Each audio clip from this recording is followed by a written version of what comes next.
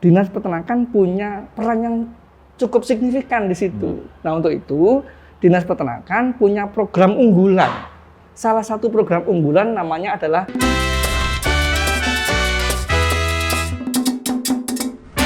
Assalamualaikum warahmatullahi wabarakatuh. Waalaikumsalam warahmatullahi wabarakatuh. Matur nuwun, terima kasih waktunya.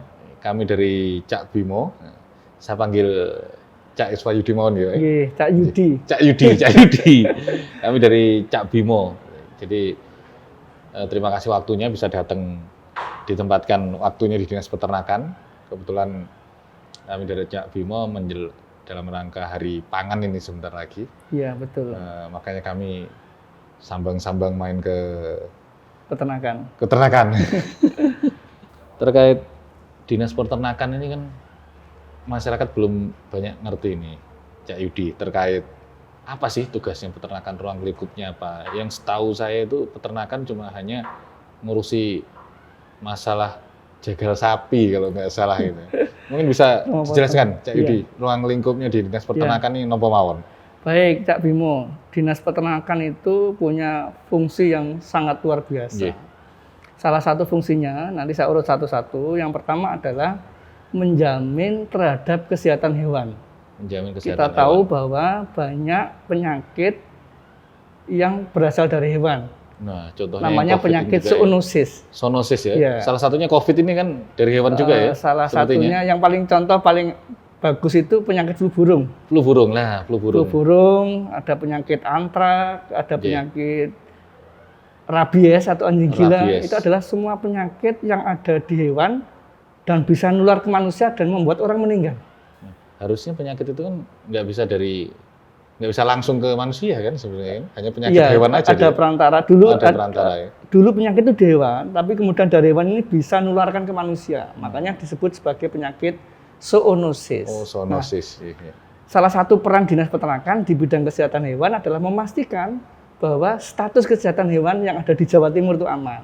Apa yang dilakukan? Melakukan vaksinasi rabies, melakukan vaksinasi penyakit antrak, melakukan vaksinasi penyakit flu burung, dan melakukan pelayanan kesehatan hewan untuk memastikan bahwa ternak-ternak menjadi sehat.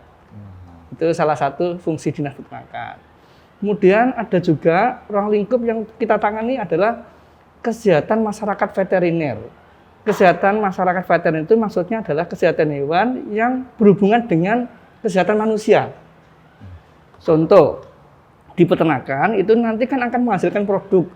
Ada daging ayam, daging sapi, ada telur, ada susu, dan sebagainya. Dinas Peternakan harus menjamin bahwa produk-produk itu aman untuk dikonsumsi. Atau yang dikenal dengan istilah asuh. Aman, sehat, halal, dan utuh. Utuh dan halal, asuh. Ya, aman artinya apa? Biarpun daging harus tidak mengandung cemaran lainnya sehingga aman untuk dikonsumsi. Sehat, tidak mengandung bibit penyakit. Utuh, tidak dicampur. Kalau dibilangnya daging ayam, ya daging ayam. Jangan sampai bilangnya daging ayam tapi campuran daging ayam dengan daging yang lain. Contoh misalnya daging sapi bilangnya, ternyata ada campuran daging celeng. Nah, itu kan nggak rame utuh. Gitu ya. Itu nggak boleh. Dan yang terakhir, dipastikan bahwa produk itu semuanya diproses dengan cara yang halal. Makanya disebut asuh, aman, sehat, utuh, dan halal. Itu untuk semua produk peternakan. Iya, kita pastikan begitu. Kemudian ada ruang lingkup lagi, kita juga membina kelompok-kelompok yang ingin beternak.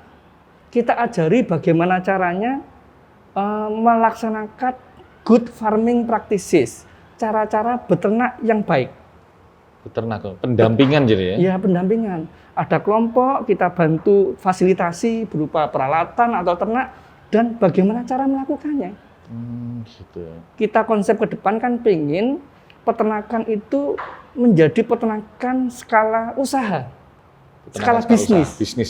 Selama ini yang paling banyak kita ketahui kalau peternakan ayam, rata-rata sudah skala bisnis untuk ayam ras, ayam petelur maupun ayam pedaging. Tetapi untuk sapi, yang skala bisnis itu masih sekitar 30%. Yang lainnya itu masih skalanya ada skala simpanan. Rojokoyo, jadi Rojokoyo. Jadi kalau skala bisnis ini khusus untuk hanya ayam unggas ya mungkin ya, unggas sama yang sudah jalan daging adalah sapi ya. unggas untuk ayam petelur sama ayam pedaging. Kalau ayam iya. kampung juga belum bisnis, pokoknya dibiarkan aja di belakang rumah. Oh iya iya. Kalau untuk sapi perah rata-rata sudah skala bisnis. Iya. Karena dia orientasinya adalah penghasilan harian. Penghasilan. Kalau sapi potong itu biasanya adalah tabungan. Nanti dijual kalau butuh, kalau tidak butuh ya dibiarin aja. Sehingga hitung-hitungan bisnisnya tidak jalan. Nah, konsep Dinas Peternakan adalah bagaimana menciptakan entrepreneur atau startup baru anak-anak muda itu untuk berusaha di bidang peternakan. Kita pastikan bahwa beternak itu menguntungkan. Nah, itu mulai berarti secara gambaran singkat Dinas Peternakan ngurusi dari hulu sampai hilir ya. Betul. Kita mendukung program Jatim Agro ke-6. Ini programnya Ibu Gubernur. Ingin memajukan sektor pertanian, sektor peternakan, sektor perikanan, sektor perkebunan, dan sektor kehutanan kalau nggak salah. Ya. Ada sektor itu. Nah, di sektor peternakan ada namanya petik, kemas, olah, dan jual. Nah, kita ada bidang namanya bidang pemasaran hasil peternakan. Itu nanti yang akan memastikan bahwa produk peternakan yang sudah diproses itu kemudian dipanen dengan baik, kemudian diolah dulu, dikemas baru dijual, biar ada nilai tambah. Oh gitu ya. Ada nilai tambah. Kalau susu sapi perah menghasilkan susu dan dijual susu biasa, itu nilai tambahnya tidak terlalu banyak. Yeah. Berbeda dengan kalau kita peternak punya sapi perah menghasilkan susu kemudian setelah dipanen diperah, kemudian diproses menjadi susu pasteurisasi atau menjadi keju atau menjadi Yakult, kemudian dikemas yang baik dan dijual, harganya berbeda. Itu ada nilai juga tambahnya. Di peternakan untuk bagian itu, pendampingan. Kita melakukan pendampingan di bidang itu. Jadi sampai diversifikasi produknya juga ya? Iya, betul. Di samping itu Dinas Peternakan juga ada pendukung namanya unit pelaksana teknis. Ada unit pelaksana teknis di bidang inseminasi buatan, ada di bidang pembibitan hijauan makanan ternak, juga ada di laboratorium kesehatan hewan. Jadi pendampingan sampai produk turunannya pun diurusi ya? Iya. Setelah itu Pak, itu berarti ruang lingkupnya Dinas Peternakan ya Pak? Iya, betul. Di bawah Dinas Peternakan ini di Jawa Timur ini ada berapa banyak unit pembantu Pak? Ya. Jadi Dinas Peternakan punya unit pelaksana teknis. UPT ya Pak ya? Di Provinsi Jawa Timur ada 10. 10? Masing-masing ada unit pelaksana teknis di bidang laboratorium kesehatan hewan, itu ada 3. Yeah. Untuk wilayah Jawa Timur bagian selatan timur itu ada di Malang. Kemudian UPT laboratorium kesehatan hewan untuk wilayah Jawa Timur barat dan selatan itu ada di Tuban. Dan untuk wilayah Jawa Timur khusus Madura ada di Madura. Itu UPT lab kesehatan hewan. Ada juga UPT pembibitan ternak dan hijauan makanan ternak. Itu sesuai dengan spesifikasinya. Kita ada UPT pembibitan ternak sapi potong, sapi perah, kambing, domba, ayam, dan aneka ternak. Dan yang terakhir ada UPT khusus yang nangani kawin suntik. Oh itu ya. Posisinya di Surabaya. Nah, yang kawin inseminasi buatan adalah kebutuhan dasar peternak. Peternak sapi itu tidak akan bisa tidur nyenyak ketika sapinya yang pengen kawin belum dikawin suntik. Oh gitu. Makanya hadir UPT inseminasi buatan. Wilayahnya seluruh Jawa Timur. Seluruh Jawa Timur? Iya. Ini sudah bisa cover semua seluruh Jawa Timur? Iya. Jadi kita punya tenaga namanya paramedik inseminasi buatan. Paramedik inseminasi buatan. Atau kalau di masyarakat lebih dikenal dengan petugas kawin suntik atau inseminator. Se-Jawa Timur kita punya 1.486 orang. 1.486. Rata-rata tiap kabupaten punya 50 sampai 80 orang tergantung dari jumlah ternak yang ada di sana. Jadi tugasnya banyak sekali ya. Luar biasa. Kalau yang istilahnya boleh saya ibaratkan, kalau yang tadi petugas penyuntik itu mirip kalau di puskesmas itu. Iya betul. Bidan-bidannya itu ya. Kalau di manusia ada namanya puskesmas. Kalau di hewan namanya puskeswan. Oh, Pusat Kesehatan Hewan. Nah, ini kan istilahnya masyarakat belum banyak ngerti nih, Iya. taunya kan. Jadi kalau ada masyarakat peternak yang ada di desa, pengen menyuntikkan hewan ketika sakit, atau pengen ngawinkan sapi ketika sapinya pengen kawin, bisa datang ke puskeswan. Di sana ada dokter hewan, ada paramedik kesehatan hewan, termasuk petugas kawin suntik. Semuanya ngumpul di sana. Oh, di situ semua ya. Jadi semua kebutuhan peternak ada di sana ada ya. Di sana. Khususnya para peternak. Jadi sama kayak manusia juga ya. Manusia berobatnya ke puskesmas. Kalau hewan puskeswan ya. Iya, betul. Termasuk pendampingan juga bisa juga ya. Jadi all in service di sini betul. Nah, saya lihat kan ini masih mungkin masyarakat belum banyak yang ngerti kan gitu. Padahal hal-hal ini yang bisa meningkatkan ekonomi masyarakat khususnya di saat ini. Terus terkait Hari Pangan ini, Pak. Hari Pangan ini kan sebentar lagi Hari Pangan ini, Pak. Ada istilahnya ada program unggulan apa dari peternakan, Pak? Terkait dengan ketahanan pangan, Dinas Peternakan punya porsi yang cukup besar. Pangan itu tidak saja nasi ya. Pangan juga include di dalamnya lauk pauk. Lauk pauk yang ada di kalau kita kita tahu kan 4 sehat 5 sempurna. 4 sehat sempurna. Kalau kita makan ada di piring itu ada nasi, ada lauk pauk. Lauk pauk yang paling umum adalah telur, ayam, daging sapi, kemudian lainnya itu adalah susu itu ya. Susu minumnya itu adalah produk-produk peternakan semua. Nah, berarti dari 4 sehat 5 sempurna ini 50% peternakan ya. Ada peternakan ya. Jadi kalau kita berbicara tentang ketahanan pangan, Dinas Peternakan punya peran yang cukup signifikan di situ. Nah, untuk itu Dinas Peternakan punya program unggulan. Salah satu program unggulan namanya adalah Intan Selaksa.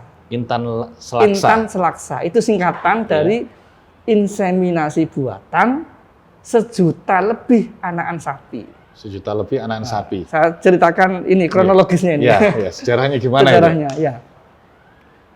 Tujuannya kawin suntik atau inseminasi buatan itu kan untuk menghasilkan anak.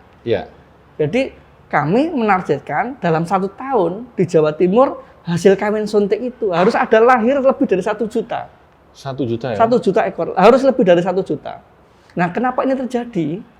Karena kelihatan Indonesia itu Jawa Timur kalau daging sapi maupun daging ayam sudah surplus. Sudah bisa mencukupi kebutuhan kita sendiri. Jadi dan untuk Jawa Timur sendiri sudah surplus. Sudah surplus.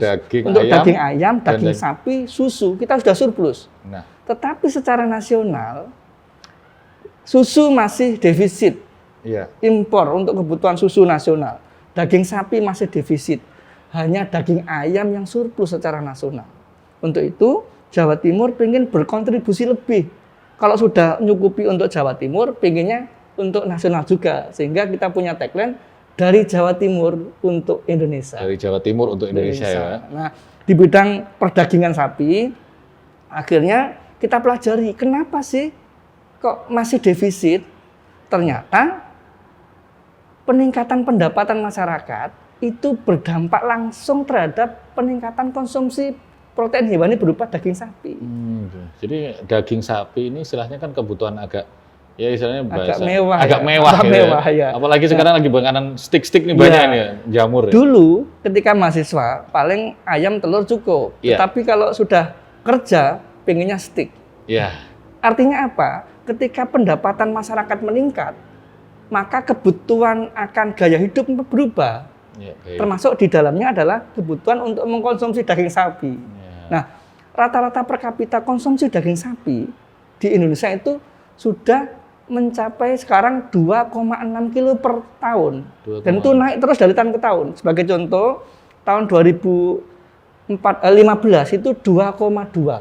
Kemudian naik terus sampai 2020 ini 2,6. 2,6 kilo. Ya? Kalau kebutuhan konsumsinya meningkat, artinya kan butuh bahan baku, resource. Nah, resource-nya ini akan terpenuhi manakala sapi yang lahir meningkat.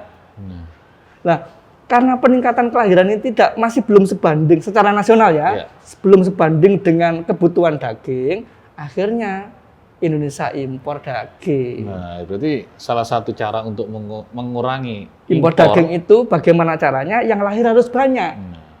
Harus lebih banyak lagi yang lahir sehingga terjadi peningkatan populasi sapi secara signifikan. Nah, itu yang dikerjakan Jawa Timur. Jadi program ini cuma hanya di Jawa Timur aja. Di tempat lain belum ada. Kalau kelahiran 1 juta insya Allah hanya ada di Jawa Timur. Hanya Jawa Timur ya. Kenapa bisa? Karena Jawa Timur punya sumber daya alam berupa sapi yang cukup. Kita punya populasi sapi potong itu ada 4,7 juta. 4,7 juta. Dari 4,7 juta itu segala postur ya, mulai dari induk, bapak, anak, macam-macam. Dari 4,7 juta itu kalau kita breakdown menjadi betina yang siap kawin itu ada 2,8 juta. 2,8 ya. Dari 2,8 juta itulah yang kita optimalkan. Gimana caranya semuanya bisa dikawini.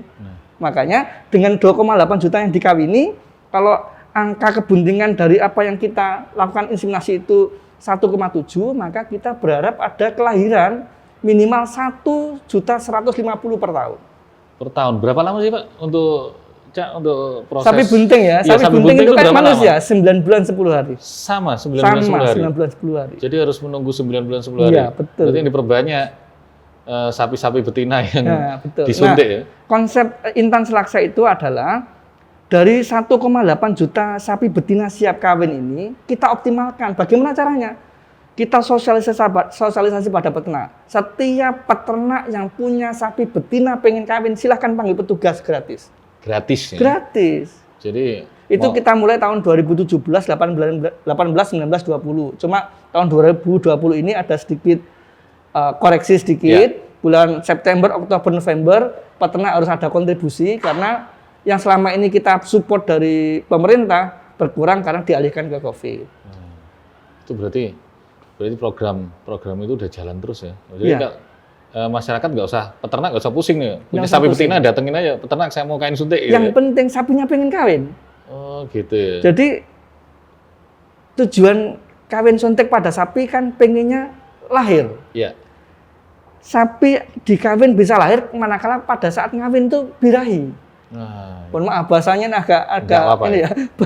Ini sama berarti ya istilahnya. Iya. Pokoknya dia udah ada indikasi dan itu sudah punya datanya semua rata-rata. Iya. Nah, teknologi yang dipakai Jawa Timur ini sudah pakai teknologi 4.0. Oh, gitu. Jadi seluruh petugas di tingkat kecamatan sudah punya akses program namanya ISIKNAS. Sistem Informasi Kesehatan Hewan Nasional. Jadi kalau petugas habis ngawini sapi, nyontek jus hari ini, dia langsung buka Android mereka, langsung laporan, by name, by address, berdasarkan nomor KTP, peternaknya siapa, nomor KTP-nya berapa, jumlah sapinya berapa, dikawin berapa, posisinya seperti apa. Sehingga datanya itu satu data untuk nasional. Kita tahu, jadi kami di provinsi ini tahu berapa ekor sapi yang dikawini hari ini, berapa ekor sapi yang bunting hari ini, berapa yang lahir hari ini. Nah, sebagai gambaran, yang lahir hari ini sampai hari ini, mulai dari 1 Januari sampai dengan tanggal 30 September ini, sudah ada 950.000 ekor yang lahir. 950 ekor. Ini masih bulan sampai bulan September, masih ada 3 bulan lagi. Targetnya 1.100.000. Targetnya 1.100.000. Insya Allah terpenuhi ya. Insya Allah terpenuhi. Kalau itu terpenuhi berarti COVID di Jawa Timur terkait dengan inseminasi buatan tidak terlalu berdampak. Tidak terlalu berdampak. Karena targetnya tetap terpenuhi. Jadi karena makanannya sehat terus nih. Ya. Ya, terkait dengan itu target misal ini program suntik itu dari 1.100.000. Untuk dari tagline-nya kan dari Jawa Timur untuk Indonesia. Iya. Kira-kira ada target untuk mencukupi kebutuhan nasional nggak kira-kira? Iya. Jadi sebelum target ini kita tetapkan tiap tahun awal tahun. Iya. Target itu ditetapkan nasional berdasarkan capaian tahunan masing-masing provinsi. Iya. Jawa Timur pada tahun 2020 sebelum COVID kan berarti kita tetapkan target di bulan Desember tahun 2019. Iya. Jawa Timur harus ngawini sapi sejumlah 1,87 juta ekor dengan kelahiran 1,1 juta ekor sebelum COVID. Kemudian di bulan Maret kita nyatakan Indonesia kena COVID. Kemudian dengan gonjang-ganjingnya dampak COVID terhadap semua sektor termasuk peternakan, maka nasional menurunkan target. Yang semula targetnya adalah melakukan kawin suntik terhadap 4 juta ekor sapi di Indonesia. 4 juta ekor. Diturunkan menjadi 3 juta ekor saja. Dan di Jawa Timur dari 4 juta itu ada 1.800.000 yang harus kita kawini, target awal. Yeah. Kemudian begitu COVID diturunkanlah menjadi hanya 1.200.000. Kalau lihat penurunan target dari COVID ini, maka Jawa Timur sudah melebihi target. Karena per tanggal 30 September sudah terkawini 1,4 juta ekor. Secara nggak langsung mendukung untuk swasembada daging nasional. Ya. Jadi Jawa Timur, nah porsi Jawa Timur untuk nasional adalah 45%. 45%? Jadi iya. Untuk nasional ya? Iya. Jadi kalau misalkan program ini lancar sekitar, mungkin estimasi di tahun berapa kira-kira Pak? Kita udah bisa swasembada nasional daging. Berharap bisa swasembada daging sapi itu di 2025. 2025. Jadi 2025 itu sudah insya Allah impor bisa turun ya? Ya. Nah, jadi karena swasembada itu tidak berarti zero impor. ya. Boleh impor tapi di bawah 10%. Nah, karena kan nggak semua makan daging lokal kan? Iya, betul. Saya Ada segmen daging, khusus ya. Segmen khusus. Kayak contoh ya. daging-daging yang mahal-mahal sekarang itu kan, saya memang daging sapi kayak kemarin lihat Wagyu itu kan, mahal sekali itu. Daging Jepang, daging ini kan macam-macam. Betul. Ya jadi insya Allah semoga 2025 kita bisa swasembada pangan. Jadi impor yang selama ini dikhawatirkan masyarakat kan berpengaruh juga sama harga ternak ini otomatis. Betul. Harga daging juga pengaruh kan. Iya. Karena masyarakat kan ini banyak larinya ke supply sama demand juga ya. Betul. Ya. Kemudian diversifikasi produk dari sapi itu apa lagi Pak selain daging? Iya. Jadi produk peternakan yang berasal dari sapi, fokus utamanya adalah daging sapi. Dengan segala turunannya. Daging sapi itu nanti bisa diproses menjadi banyak diversifikasi. Misalnya ada sosis, ada bakso, ada macam-macam lah. Nah, itu kebutuhan di samping lokal, itu juga ada susu. Susu nih, Pak? Ya. Sapi kalau jenisnya sapi perah, maka akan menghasilkan susu ketika dia produksi. Ketika dia sudah afkir, akan menghasilkan daging. Kan dipotong menjadi daging. Kemudian ada sapi yang memang keperuntukannya untuk daging. Namanya sapi potong. Sapi potong diutamakan sapi jantan.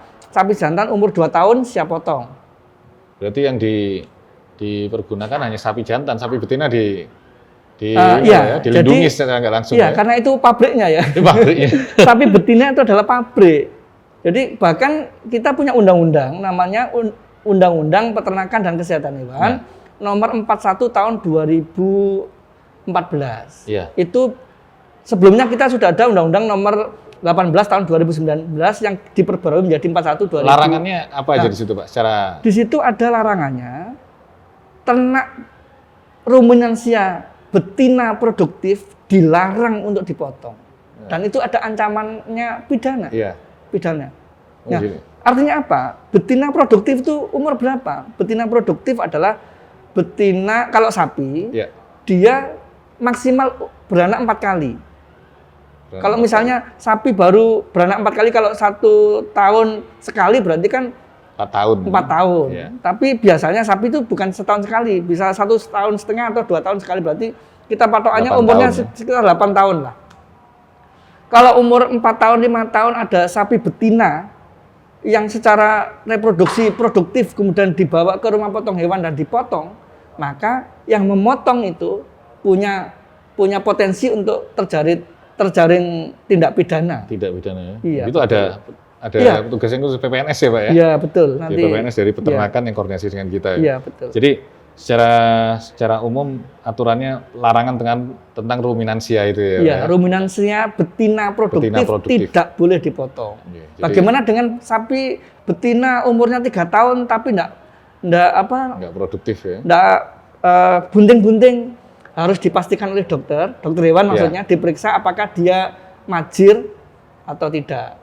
Kalau dia majir boleh dipotong. Harus ada surat rekomendasi dari dokter. Jadi dokter ya, yang di Puskeswan itu ya? Iya, betul. Iya. Jadi Puskeswan. Saya tadi sepintas sempat melihat itu Pak, sekitaran. Di sini kok ada rumah sakit hewan juga ya Pak? Oh iya, betul. Jadi Dinas Peternakan salah satunya punya layanan rumah sakit hewan. Di samping ada ini ya, ada laboratorium. Jadi ini menerima memberikan jasa kepada masyarakat. Jadi di rumah sakit hewan itu kita memberikan layanan seperti halnya di rumah sakit manusia. Oh gitu ya. Jadi kalau kebetulan tempatnya di kota, jadi hewan kesayangan yang dibawa ke sini ada anjing, ada kucing, ada kera, ada kadang-kadang ular, semua dibawa ke kita ketika membutuhkan pelayanan. Pelayanannya berupa apa? Pelayanan berupa misalnya vaksinasi, misalnya kesehatan hewan. Kalau anjingnya sakit diobatkan ke dokter. Kita siapkan dokter-dokter yang profesional di situ dan mereka semuanya memberikan layanan kepada masyarakat agar hewan kesayangan yang dimiliki oleh masyarakat itu punya akses untuk mendapatkan kesehatan hewan. Jadi ada dokternya juga. Iya. Ya? Kalau saya tadi kan kita kupasnya hanya puskeswan. Iya, puskeswan itu lebih cenderung ke tingkat lapangan. Tingkat lapangan ya. Pasiennya lebih banyak ke sapi, ke kambing, domba, ternak besar. Jadi secara nggak langsung kalau dokter hewan ini di bawah binaan dari Dinas Peternakan ya? Iya, betul. Kalau mungkin kan kalau dokter umum dia ada Dinas Kesehatan sama ID ya. Betul. Kalau hewan ini di Dinas Peternakan sama PDHI, Perhimpunan Dokter Hewan Indonesia. Iya, PDHI ya. Iya. Jadi beda segmen beda dia. Segmen, ya. Saya tadi tertarik dengan program inseminasi buatan itu kan, Pak. Iya, betul. Inseminasi buatan nih caranya, metodenya apa aja, Pak? Iya, iya. Jadi teknologi reproduksi di hewan itu selangkah lebih maju daripada di kedokteran manusia. Oh gitu. Karena apa? Karena di kesehatan hewan itu batasan-batasan etika kehewanan itu minim. Minim ya. Sehingga tujuannya adalah produksi. Bagaimana caranya agar terjadi peningkatan populasi sapi secara masif, secara cepat. Iya. Teknologi apa yang kita gunakan? Kawin suntik. Kawin suntik. Ya. Kawin suntik itu banyak manfaatnya. Pertama, kita bisa memilih bapak yang terbaik. Embrio yang baik ya. Jadi bapak itu pejantan yang terbaik.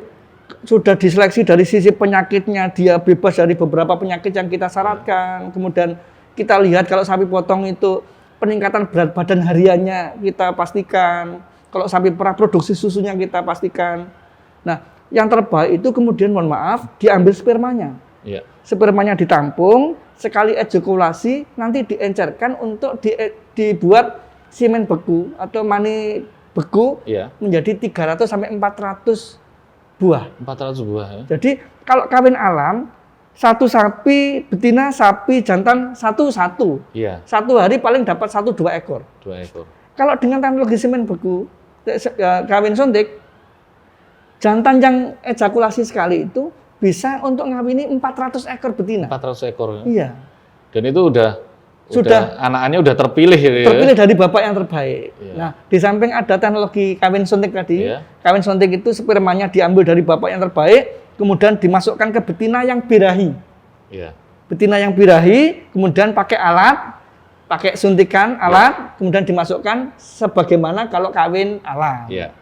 Tuh, satu teknologi. Ada lagi teknologi namanya teknologi semen beku sexing. Semen beku sexing. Bukan seksi ya, sexing. Yeah, sexing. Semen beku sexing ini adalah kita sudah ada teknologi untuk memisahkan calon anak betina atau calon anak jantan. Yeah. Jadi spermanya ini sudah diseleksi, sperma itu ada X untuk betina, XY untuk jantan. Kita sudah pisahkan, kalau peternak pengen sapi perah betina, hasilnya ya dikawin pakai sexing betina.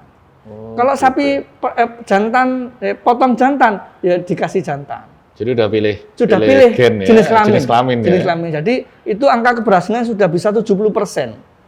Kalau kawin biasa tanpa sexing itu 50-50. Kalau enggak jantan ya betina, ya itu aja 50-50. Gitu. Kalau ini sudah 70%. Jadi mirip bayi tabung lah ya, mirip tabung dia. Mirip tapi ditemukan di luar, dititipin ya. Beda. Ini prinsip sama dengan kawin suntik biasa. Oh gitu. Tapi semen bekunya sudah dipilah jantan betinanya. Nah, Teknologi yang ketiga, yang lebih modern lagi, namanya ada embrio transfer. Ini yang persis bayi tabung. Embrio transfer. Embrio transfer. Dan kita sudah menjalankan di dunia peternakan. Embrio transfer itu, kita ada sapi betina dengan genetik bagus, ada bibit sapi jantan dengan genetik bagus, sapi betina ini disuper ovulasi.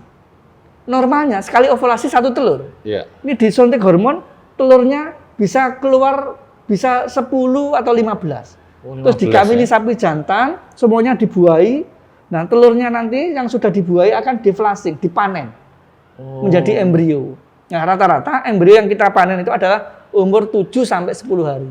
7-10 hari. Nanti kita simpan, kita cari betina mana saja yang habis birahi 10 hari berikutnya kita masuki.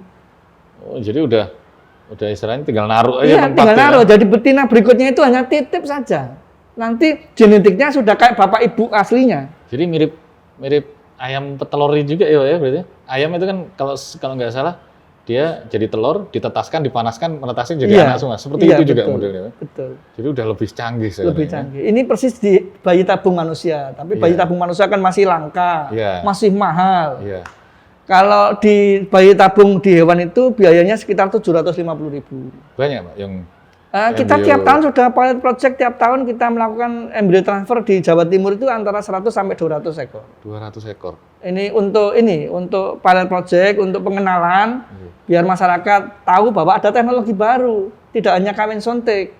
Ini secara nggak langsung meningkatkan perekonomian juga nanti betul. arahnya kan ya. Nanti tujuan embrio transfer adalah peningkatan mutu genetik. Mutu genetik. Benar-benar yang lahir adalah benar-benar sapi pilihan. Karena bapak ibunya sudah terdeteksi dari awal. Oh, iya. Kalau kawin suntik hanya bapaknya yang pilihan, ibunya terserah. Yang berikutnya mungkin terkait kita kan ada beberapa lagi rame tentang ada negara Cina yang dia menolak untuk impor bahan makanan. Ya kebetulan terkait khususnya yang negara pandemi COVID-nya tinggi. Gitu.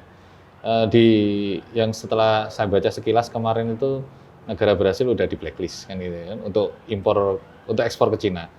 Selama ini kalau di Indonesia untuk penanganan hewan ternak atau kesehatan untuk masalah kesehatan prosedurnya sudah sesuai SOP. Ya. Jadi di budidaya kita kenal ada namanya good farming practices. Good farming Jadi practices. ada tata cara memelihara ternak dengan standar yang bagus sehingga menghasilkan ternak yang baik. Ya. Itu namanya good farming practices. Beberapa kelompok yang sudah di bawah binaan dinas itu pasti akan menerapkan itu. Tetapi kalau peternak-peternak mandiri 1-2 itu mungkin masih belum. Tetapi memang tujuan dinas adalah menumbuhkan dari peternakan satu-satu menjadi peternakan skala bisnis. Mereka berkelompok, kemudian kita sentuh intervensi good farming practices. Di Jawa Timur peternak mungkin udah berapa persen? Perkiraan yang sudah. Kalau di perunggasan, good farming practices, perunggasan khusus untuk ayam petelur sama broiler, itu sudah 80% kita 80%. Menerapkan good farming practices.